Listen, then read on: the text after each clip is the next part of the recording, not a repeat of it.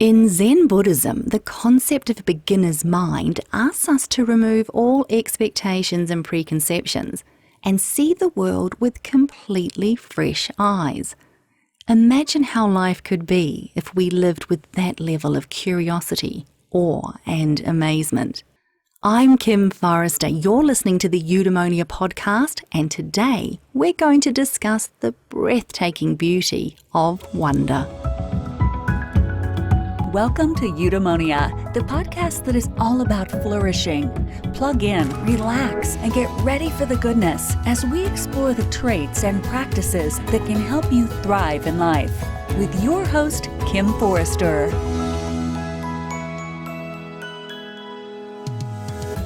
Fabiana Fondevila is a writer, speaker, ritual maker, and teacher, helping individuals bring forth their best selves with wonder and enthusiasm.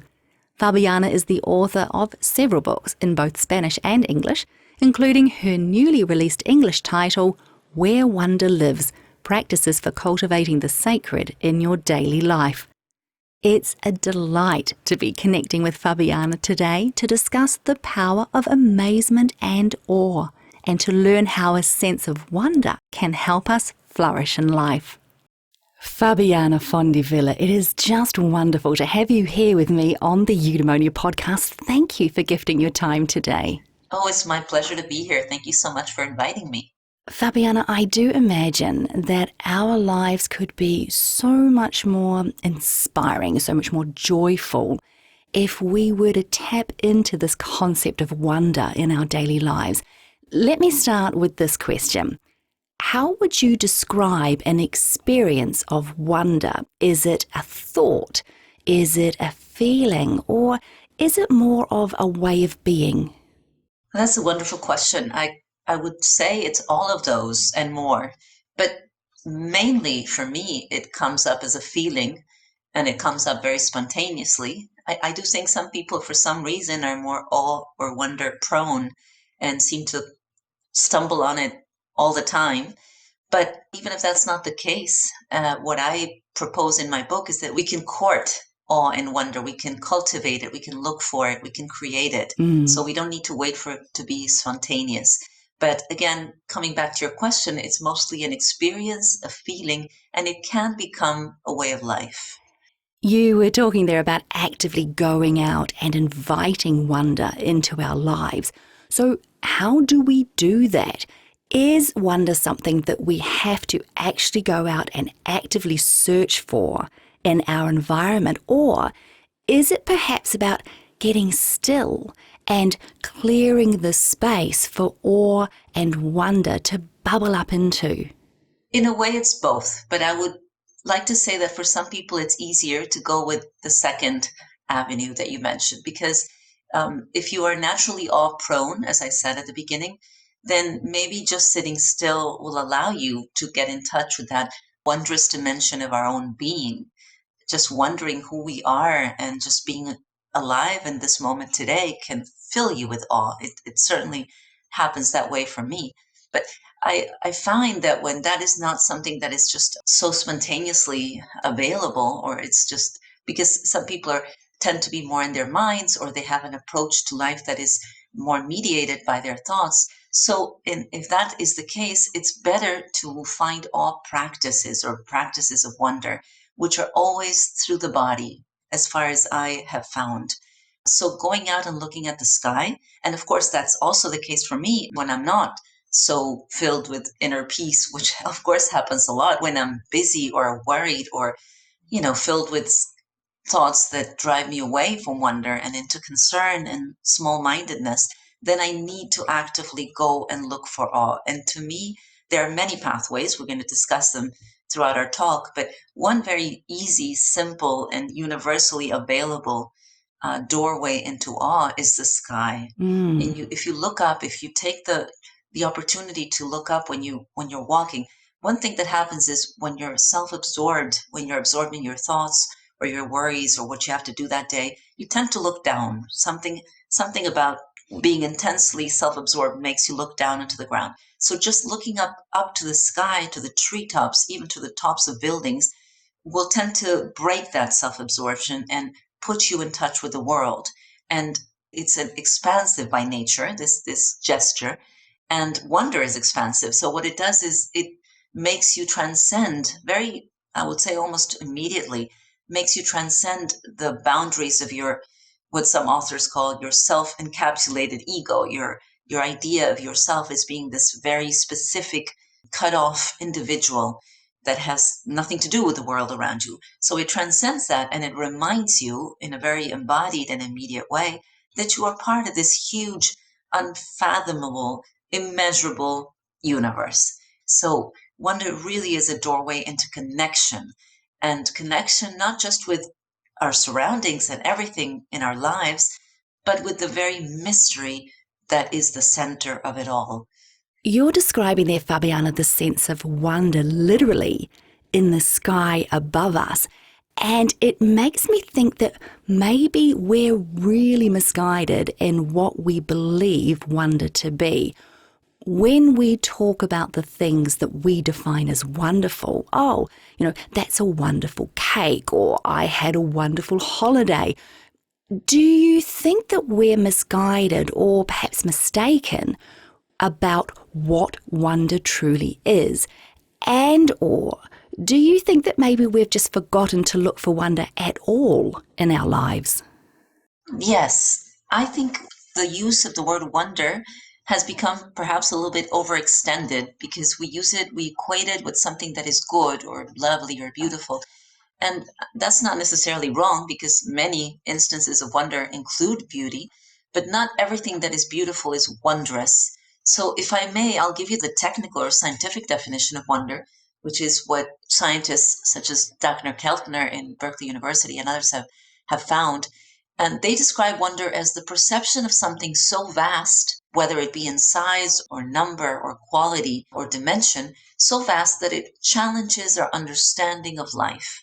And it makes us rethink and sort of find a bigger filter, because we can't fit whatever it is we're seeing or feeling or witnessing in our ordinary frame of consciousness.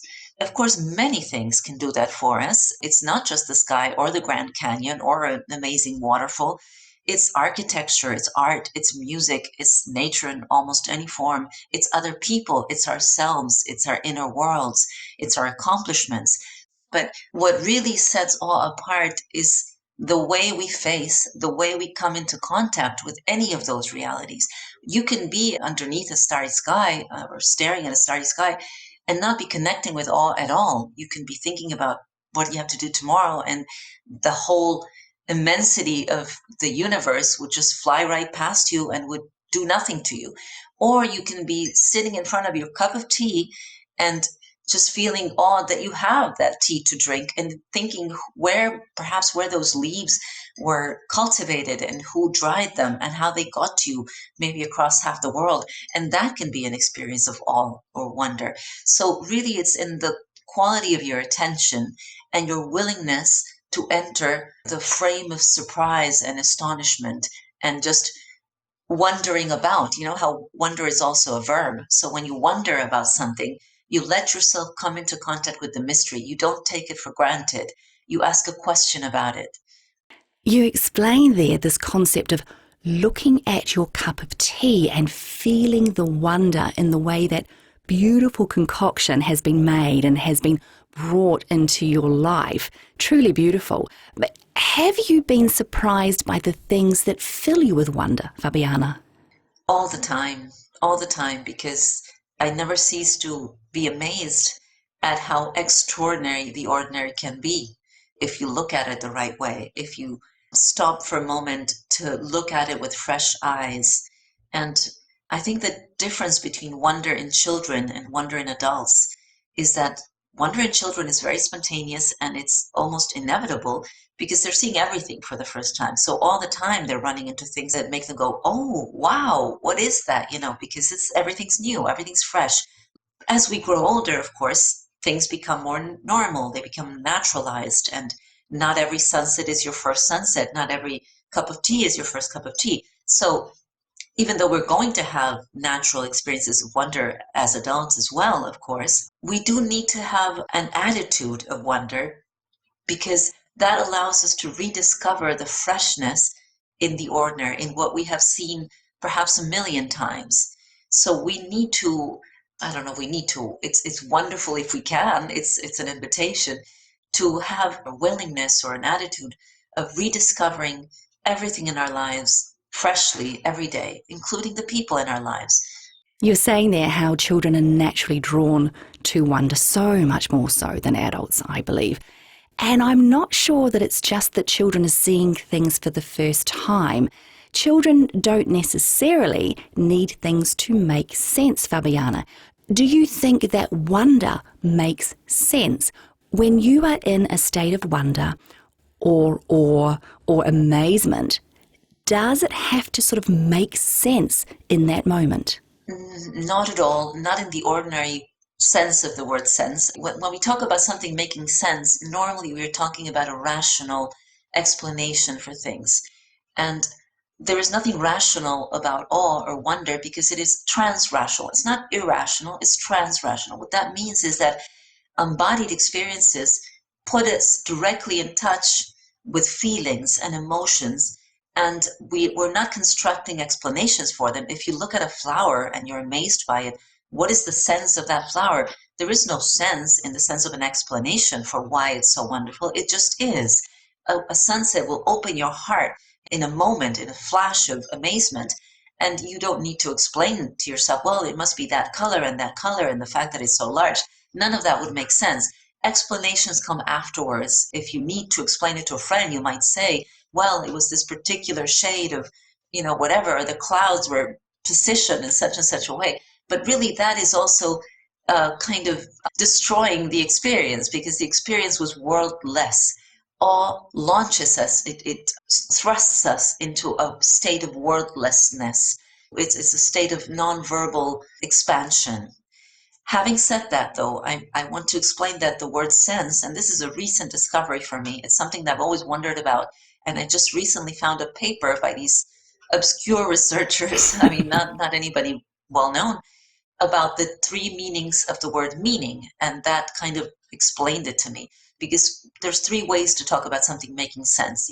Sense can be, as I was saying, a rational explanation. In that sense, awe is completely outside it, and wonder is completely outside a rational mindset. It doesn't need it, is what I mean. The second one is related to purpose. So when you say, does this make sense? Or what is the sense of doing such and such a thing? You're talking about the future. You're talking about something making sense at some point in time. And then there's a third dimension, which is the significance of something, the inherent value of something. So you say, my life has meaning or makes sense, not because I'm doing something special or particular, but just because I'm a person alive in this planet and I have a heart that wants to connect. So any of us, any of our lives makes sense without any rational explanation or any specific purpose. So that's a third meaning of sense.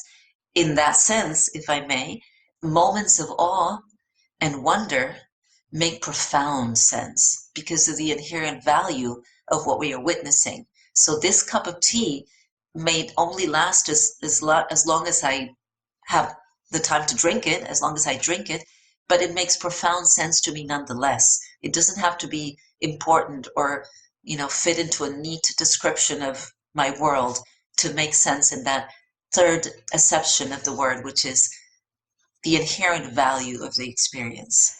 Fabiana, I'm sure that most of my listeners, in fact, I think most of us around the world, are a little worn out, a little worn down from everything that's been going on in the world and in our lives. And we'd love nothing more than to stand on a mountaintop and be amazed by what we see below. Or look at our cup of tea, right? And feel a sense of wonder in the way that it's been concocted. But do we actually have to feel happy in order to find wonder? Is there a way to get from wherever we are emotionally and find our way to awe and amazement? Yes, that is an amazing question. Thank you. One of the things I love about this emotion is precisely that you don't need to feel happy to connect with it. It is sometimes very hard to go from despair or confusion or frustration directly into happiness. It's almost impossible to force yourself to feel a sense of joy. but it's not at all impossible to connect with awe and wonder from wherever you are, because awe is not even necessarily connected to joyous and beautiful things. It's also connected to terrible things, to scary things. So the pandemic that we are all going through is definitely filled with awe of both kinds, because there's the wonder of the way we're connecting across the world, and being able to share this experience and help each other out in a way that our ancestors who went through other pandemics were not able to do. There's a lot of good that has come of this, as far as our understanding of our lives and what is important to them, and not taking anything for granted, and making more time to be with what really matters. So that's the wonderful aspect of what has happened. But at the same time, of course, there's been so much suffering, and still is, and so much pain, and so much fear and uncertainty.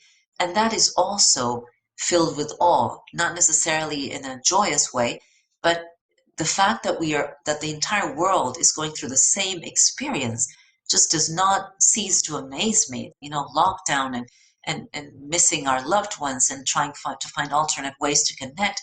This oneness experience we're having is certainly filled with awe for me, and wonder. So definitely, no, we don't need to feel joy first as a pathway into awe. Rather, very often it happens the other way around.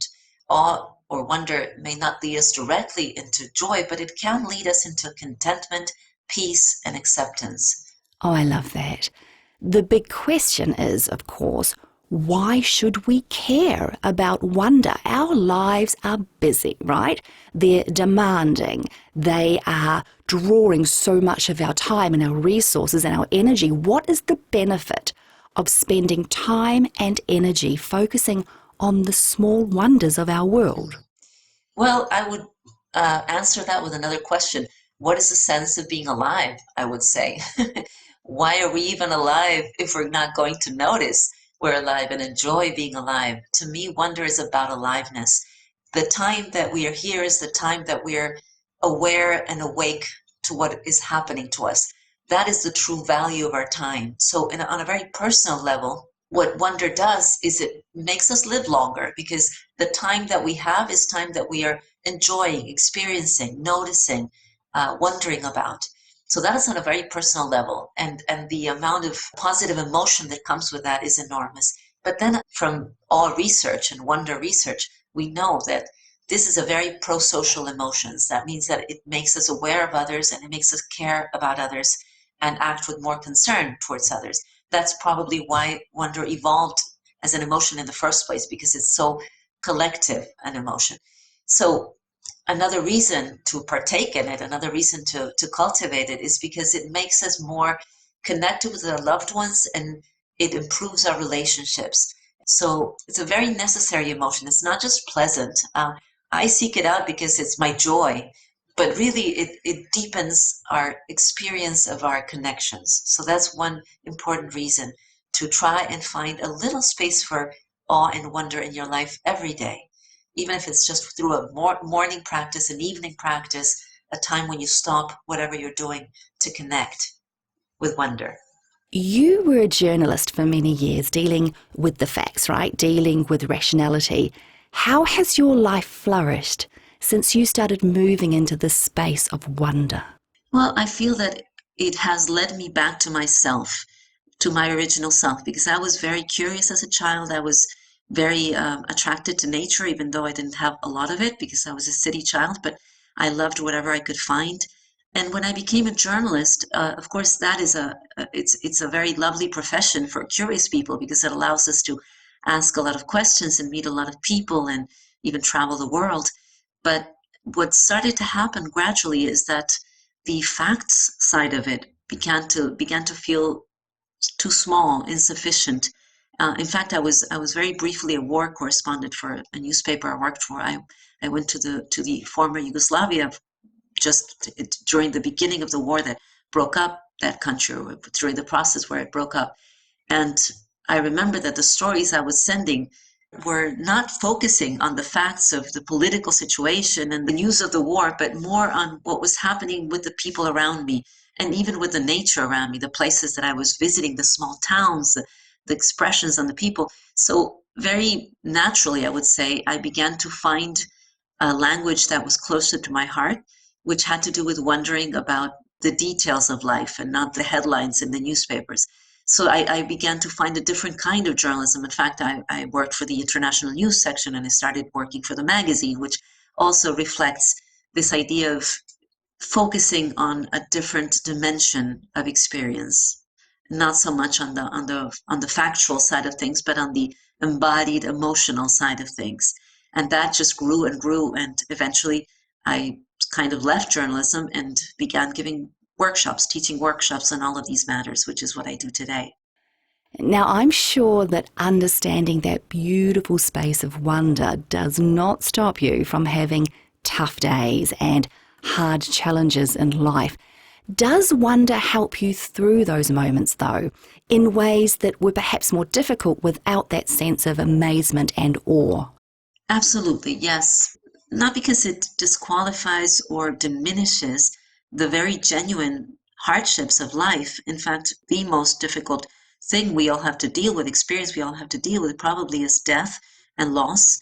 And I have had my share of those. And my parents and my sister died in a kind of a relatively short time span, many years ago now. But when it happened, it all kind of happened in a relatively short period. And those were, of course, some very dark days. And perhaps in those moments, I wasn't aware because I hadn't even began this whole journey of discovering awe. But now, when I look back on the fact that these people who are so crucial to my life and are now not physically here, at least, that fills me with awe. And it's a kind of awe that I can spend time with.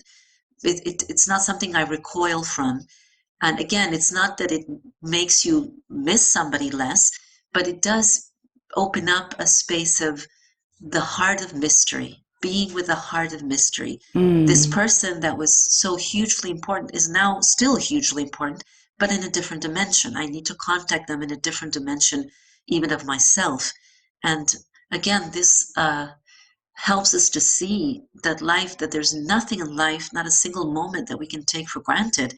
And it helps us also to remember that when we're going through a difficulty with a person in our lives today. For example, we, I don't know, got upset with them, or they got upset with us, or we had a falling out, or if you are a person that is prone to wonder, you will quickly remember that this person is hugely important, and the fact that they're even there at all in your life, and that they are a part of your life, and that they love you or trust you, is so much bigger than whatever just happened, that really does help you overcome whatever disagreement or minor setback you just had. And this with everything. If you lose a job, or if you have an accident, in the larger frame of awe and wonder, which is understanding that everything is a mystery, you tend to fight less against things that happen and sort of embrace them as, oh, look at that. So now this is happening. So now this is a situation. There is an attitude of curiosity and just looking at things as if everything was unique and unexpected and a surprise. Oh, that sounds beautiful and rather liberating, Fabiana. Mm-hmm. Now, my final question is one that I ask every guest on the Eudaemonia podcast. Can you offer a morning reminder? This might be a practice, a mantra, an affirmation, something that can help my listeners find more wonder in the world around them. Sure. My difficulty is choosing which one because I have so many. Maybe I'll share two. One is just to simply go outside if you can, if you have a balcony or a patio or a backyard, or even into the street if you can, and just open your arms up towards the sky and smile up into the sky. And perhaps words come to you or they don't inside your you don't need to say anything, but this gesture of saying good morning to the day in an embodied way, sort of as if you were hugging the sky. And then perhaps just to follow that up, you can, if you have a situation that's troubling you or a question that you need answered, you might just sort of pose that to the sky as a metaphor, towards infinity. And then when you feel kind of the tingling of energy that you will feel in your arms after just a moment of doing that, you bring your arms back slowly towards your heart as if you're carrying that answer, that illumination, that inspiration back into your heart. And you just let your hands sit there on your heart for a moment. You can even couple that with your breath. So you inhale and you open your arms up into the sky. You let your forehead sort of unfurl, that you usually have that wrinkled look when you're worried. So you let it open up, your forehead, your smile, and you bring your arms slowly back with whatever energy you've received. That's one. And the other one is to take a bowl, and every morning you keep it close to your bedside if you can. You fill it with water. You just simply fill it with water, and you can say, "Good morning, world," or "Thank you for being alive," or "This is going to be a wonderful day," or whatever comes to your mind. And you leave that bowl. If you have an altar, you put it there. If you have a shelf by your bed, whatever, you leave it there during the day.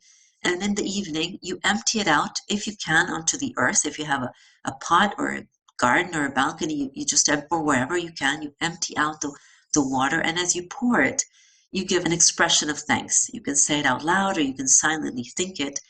And so you leave that empty vessel, that empty bowl by your bed. And as ritual intelligence goes, your soul will understand, even without words, that every morning the energy is new and fresh and different and unique. And when you let it go at night, you're also saying to your soul, whatever happened, happened. This day is over. I'm going to go to sleep with a lightness and an emptiness and a freshness, so that tomorrow the day can be new. So that is the other ritual that I would recommend. They are two exquisite practices. Thank you for sharing them. Fabiana Fondevila, your latest book, just released in English, is called Where Wonder Lives, Practices for Cultivating the Sacred in Your Daily Life. If people want to find the book, if they want to learn more about you and the message that you have to share around wonder, where can they find you? Well, thank you for that question. The book is in Amazon, and if anybody finds it interesting and they'd like to leave a review, that would be super helpful, because it just came out, so it's just making its way out into the world. You can find it on Amazon or other booksellers. And my webpage has my name, which I will spell out, because in English it's a little difficult. So it's Fabiana is Fabiana, and Fondevila is Fondevila. So you write out my name and .com/English, because I'm now creating a English version of my website. And I teach workshops in English on all these subjects. So if you sign up for my website, you will receive the invitations to those workshops. So I'll be very happy to see you there in my inbox. Thank you so much. I'm personally so grateful to you for gifting your time and energy on the podcast here today, but also really grateful for the work you do in amplifying this entire concept of wonder and inviting people back to the understanding that our world is full of amazing, sacred, and blessed and incredibly inspiring things and moments. So thank you for all you do, Fabiana. Thank you, Kim. It has been really lovely to talk to you. I really enjoyed it, and I hope we connect again. Thank you so much. As the astronaut and lunar explorer Neil Armstrong said, mystery creates wonder, and wonder is the basis of man's desire to understand. You've been listening to the Eudaemonia podcast. If you'd like to learn more about how to live a truly flourishing life, please subscribe. Check out eudaemoniapod.com for more inspiring episodes, or come join me on Instagram at I am Kim Forrester. I'm Kim Forrester. Until next time, be well, be kind to yourself, and find joy in life's little wonders.